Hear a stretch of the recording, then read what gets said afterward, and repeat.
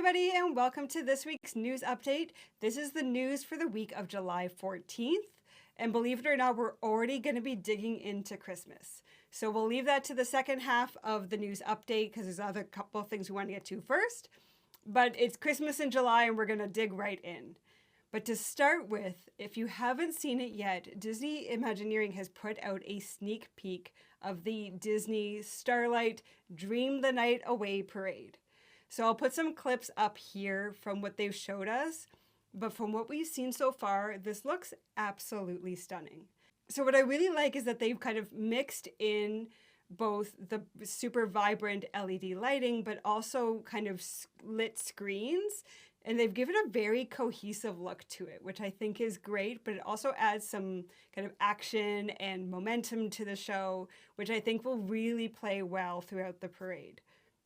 One of these screens is going to introduce Whimsy, which is apparently the name of this lovely little choo-choo train. So Whimsy is now a character that they're bringing to life as part of this parade. So you can see here his face moves, he's going to look around, engage with the audience, but how they blended that into the rest of his body I think is beautifully done. So I'm really excited to see how this all comes together.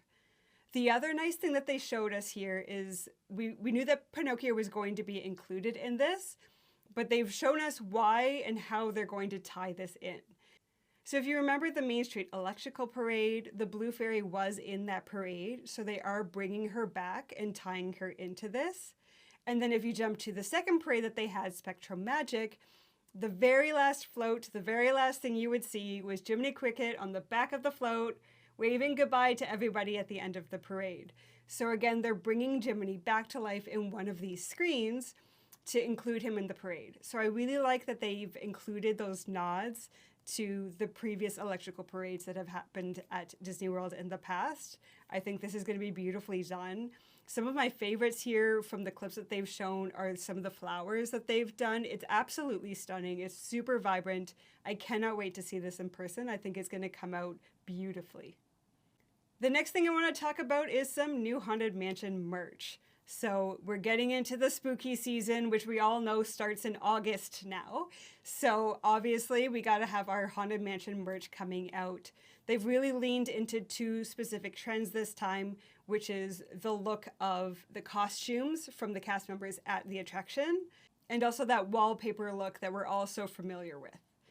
So for that cast member look, you have a spirit jersey, you have ears that match, and then you have a Loungefly. So you can have the full experience, lean right into that cast member Disney bound. I love that look. I think that's a really great idea that they have such a uniform pattern across all of them. I think that'll be really popular. And then leaning into the purple that we all associate with the Haunted Mansion from that wallpaper look, you have a dress that actually uses the wallpaper stylings. You have a new hoodie that has the hitchhiking ghosts on it. And then of course you also have the mini ears. Now in addition to this, there's a few other little things. I love the new headbands that they're bringing out. I don't necessarily love every character that they've come out with those, but I do like the idea of them being customizable. Honestly, when it comes to this style of headband with the customizable attachments, I would love them to do this in a mini ear style, where you still kind of have the Mickey ears, you have the bows, but you can mix and match those different styles. I think that would be a very cool option. Hopefully, maybe down the road, we'll see something like that. But for now, you get a lot of like the character heads, but you can get the hitchhiking ghost now, which is very cute. And then you have the stuffed bride available, and nothing screams cozy, warm home like having a murderous bride sitting in the corner. So if that's your cup of tea, she's available to you.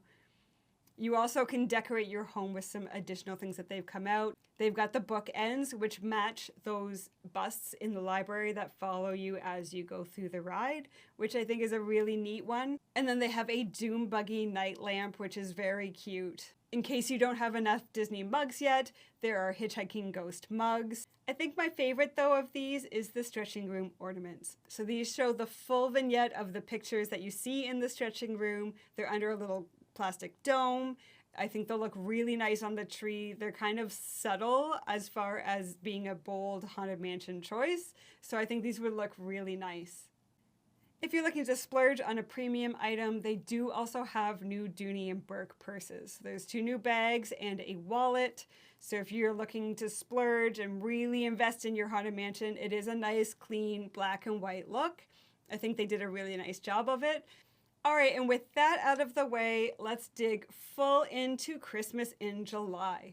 So they've announced not only the dates for the Christmas parties and what we can expect to see there, but also some discounts to go along with them. So they have released some discounts to go along with this for the hotels, up to 20% off depending on your level. These start October 12th and go to November 20th, and those are good through Sunday through Thursday night, so they are avoiding that Friday, Saturday peak. And then another batch will start on November 23rd and will go straight through to December 25th. And those ones are all week long. So you do have that option if you're looking to go over the holiday season to see any of these specialty parties. There is some discounts available to you.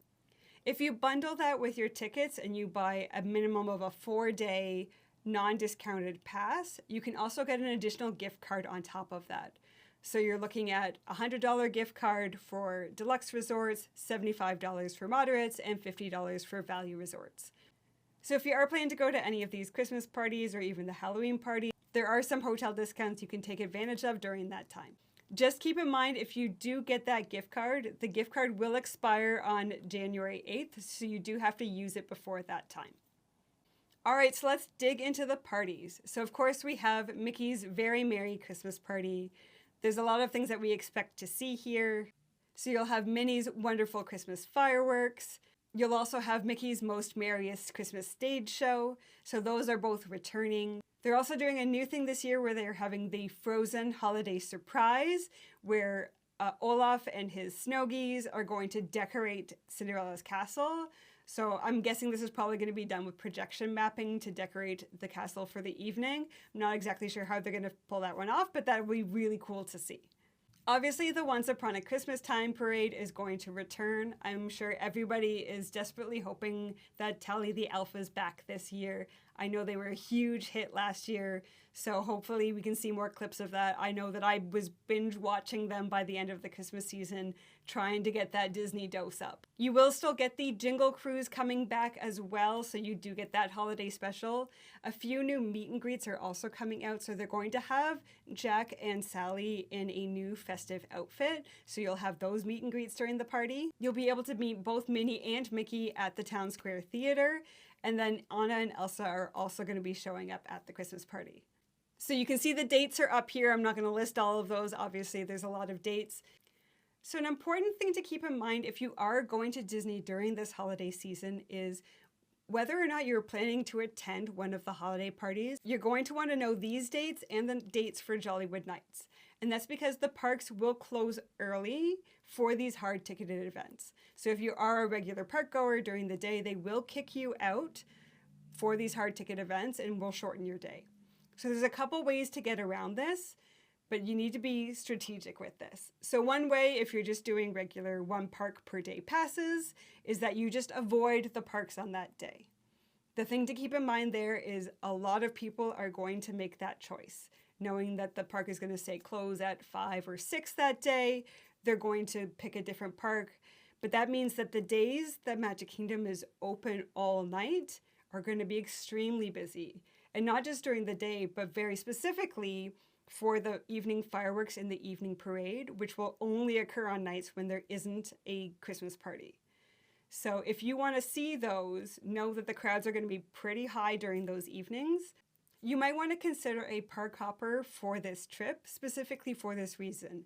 Because the nice thing is, if you do go to the Magic Kingdom on a day that there is a Christmas party, typically you will see lower crowds throughout the day, knowing that they're going to get kicked out early. And the people going to the hard ticket event typically can only get in at, say, 4:30, 5:30. So you get the bulk of that morning and early afternoon with lower crowds. So if you can do the park hopper, I'd recommend going to Magic Kingdom during the day on a day that there is a hard ticket event, and then popping over to a different park for the evening. If you really want to do the fireworks, plan to go in right for those fireworks, stake out your spot, see the parade, and get out. Just know that it's going to be pretty packed. So once again, for the third year in a row, they're also going to be bringing back Jollywood Nights. So this is the hard ticket event at Hollywood Studios. They are going to have the Jingle Bell Jingle Bam show. They're going to have Glisten returning. These were really popular last year. The overall feedback for Jollywood Nights last year was pretty positive. They really seem to be investing in this event, which is great news, not only because it gives you something else to go to, but for the people who are looking for a hard-ticketed Disney event, it kind of spreads them out between these two parks, gives a little bit more availability to tickets. So I think this is good news all around. But again, make sure that you're paying attention to what those dates are to know when you can and can't be in the park. There's going to be a couple of returning meet and greets that'll be very popular. Phineas and Ferb are coming back. Max, dressed up as Powerline, is going to be doing a meet and greet, and then they're bringing in Miguel from Coco. So those will be some special treats there. So this will be really fun. They're also doing a disco in the Pixar area to keep that kind of lively energy up. So lots of cool things to see here. The party goes from 7:30 to 12:30 a.m. and you can get into the park as early as 5:30 with that ticket. So another thing to keep in mind, if you're buying, a 4 or 5 day ticket during your week-long stay, if you do have tickets to a hard day event, you might want to consider having a slower start to the morning, going to Disney Springs for a bit, and then heading over to the park as early as that ticket will let you in to save you a day pass.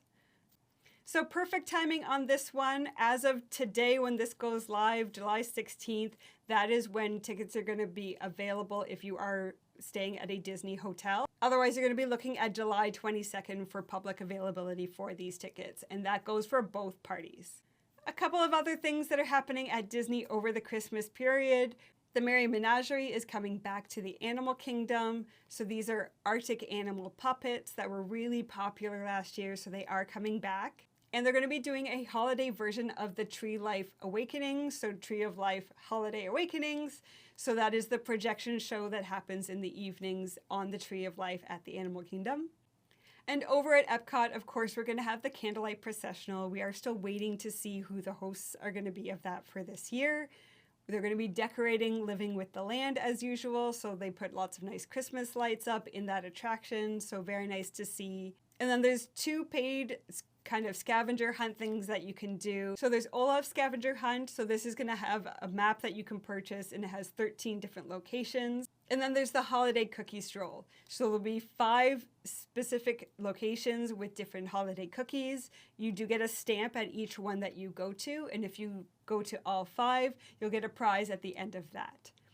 And over at Disney Springs, we're going to have the Christmas tree stroll again. So if you haven't seen that before, I'll put some pictures up here that I took last year when I was there. But this is different themed trees spread out all over Disney Springs. So again, you can kind of walk around. It's nice. You don't need a ticket to go and take advantage of this. And you can see all the different beautiful decorations. They are massive trees. So really nice to see that coming back again. So that is it for my Christmas update at the beginning of July. Here we are. Thank you so much for joining me again this week. Make sure that you like and subscribe, hit that notification button so you don't miss out on any of our upcoming videos. I'll be sprinkling in more of my working remotely from Walt Disney World series over the next couple of months. I am moving, so getting these news updates out will be a little bit trickier during those time periods, but we will still be doing weekly videos, and I will make sure I get you as many news updates as I can while we do that transition. And if you have ideas how I can set up my new podcast room, I will have a dedicated space in the new house. I would love to hear your suggestions. I'm considering a purple wall behind me, still keeping my options open. So we'll see you all next week.